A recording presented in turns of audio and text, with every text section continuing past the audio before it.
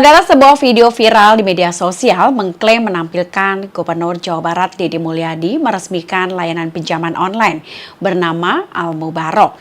Namun, hasil pengecekan dari Kompas.com menyatakan bahwa klaim tersebut adalah hoax yang menggunakan teknologi manipulatif AI. Dalam tayangan tersebut menampilkan sosok yang sangat mirip dengan Kang Deddy dengan narasi pinjol bunga 0% dan limit hingga 500 juta rupiah. Namun jika diperhatikan lebih teliti lagi, gerakan bibir dan audio tidak sinkron dan terindikasi kuat deepfake. Kemudian seperti dilansir dari Kompas.com ditemukan video asli berasal dari kanal YouTube Lembur Pakuan Channel di tanggal 22 Maret 2025 yang lalu. Ketika Deddy memimpin rapat pembahasan investasi pabrik mobil listrik di Subang dan tidak ada kaitannya sama sekali dengan pinjol.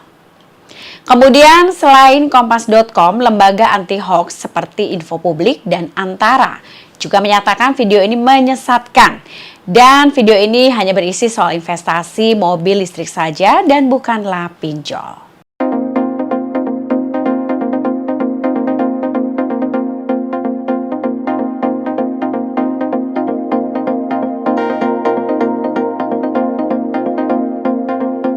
Saudara Ketua Komisi 7 DPR, Saleh Partaunan Daulay, memberikan kritik tajam untuk Menteri Pariwisata Widianti Putri Wardana dalam rapat kerja pada hari Kamis 3 Juli 2025.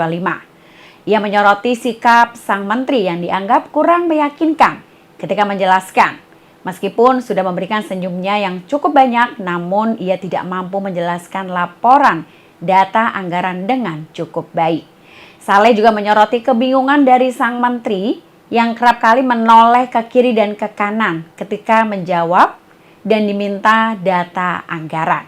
Saleh juga menambahkan jika data sepenuhnya ada di kementerian, maka seharusnya Widianti bisa menyampaikannya sendiri tanpa bergantung pada pihak lain.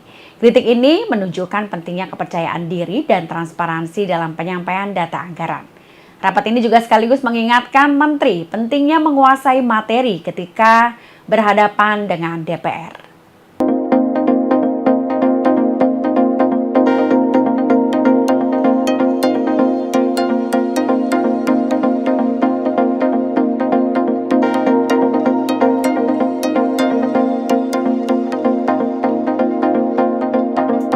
Saudara, imbas dari kasus cekcok driver online dan pelanggan yang memicu penggerudukan di Sleman, daerah istimewa Yogyakarta, polisi pun akhirnya menetapkan tersangka. Ada 3 tersangka dalam kasus ini, yakni TTW atau yang dikenal sebagai dengan Mas Pelayaran, yang merupakan pelanggan jasa pengantaran online. Kemudian ada RHW dan RTW. Polresta Sleman langsung menahan 3 tersangka tersebut usai merampungkan penyidikan. Kapolresta Sleman Kombes Polisi Edi Setianto Erning Wibowo dalam keterangannya mengatakan penahanan dilakukan sejak Minggu 6 Juli 2025. Meski begitu, Polres Sleman belum memberikan rilis resmi terkait peran dari masing-masing tersangka.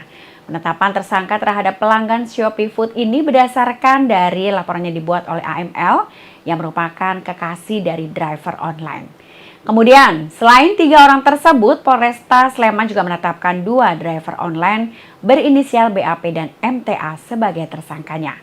BAP dan MTA yang masing-masing berusia 18 tahun ini menjadi tersangka berkaitan dengan kerusuhan dan perusakan kendaraan dinas polisi saat aksi massa pada Sabtu 5 Juli dini hari. Meski driver online keduanya tidak terdaftar resmi sebagai mitra karena menggunakan akun milik orang tuanya dan temannya untuk menerima pesanan. Tidak hanya itu saja, BAP dan MTA tidak memiliki SIM juga yang membuat mereka tak layak berkendara secara umum. Untuk itu Kapolresta mengatakan saat kejadian berlangsung, polisi sudah melayani dengan baik aksi solidaritas para driver online tersebut. Namun sayangnya terjadi perusakan dan tindakan anarkis seperti pelemparan batu ke petugas oleh beberapa oknum driver. Dan saat ini polisi masih melakukan penyelidikan mendalam untuk melakukan identifikasi pelaku lainnya. Hingga ia juga menghimbau pada para pelaku untuk segera menyerahkan diri agar bisa diproses secara hukum.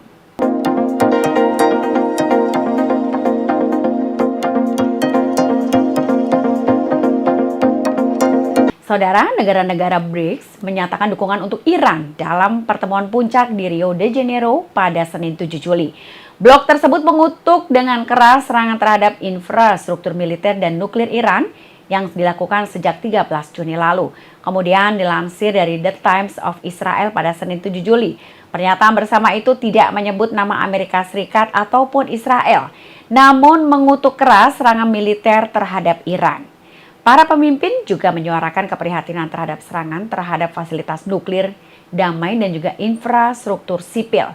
Kemudian sebanyak 11 negara anggota BRICS menyebut serangan tersebut sebagai pelanggaran hukum internasional.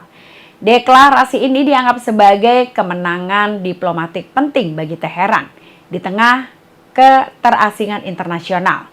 Serangan yang dimulai Israel disebut sebagai respon terhadap ancaman program rudal balistik Iran. Konflik selama 12 hari itu berakhir pada 24 Juni 2025 ini dengan gencatan senjata yang ditengahi oleh negara Amerika Serikat.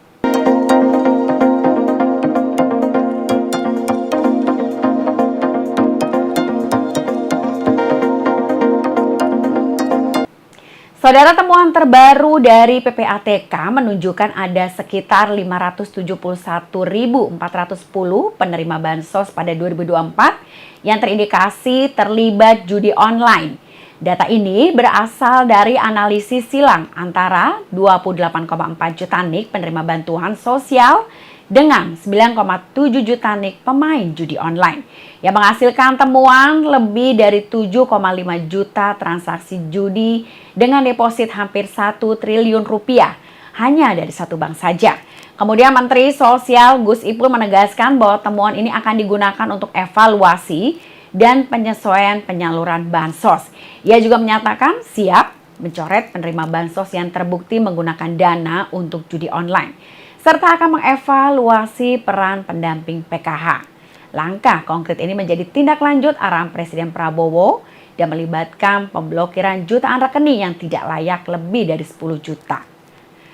10 juta rekening tersebut dibekukan dengan saldo terkini mencapai 2 triliun rupiah. Pemerintah juga mengajak masyarakat untuk aktif dan mengawasi serta melaporkan potensi penyalahgunaan lewat jalur formal maupun aplikasi resmi, termasuk memberikan edukasi terkait penggunaan bansos yang tepat. Hal ini menjadi sinyal tegas bagi penerima dan pendamping bansos. Dana bantuan adalah hak warga yang benar-benar membutuhkan dan bukan untuk aktivitas ilegal seperti judi online.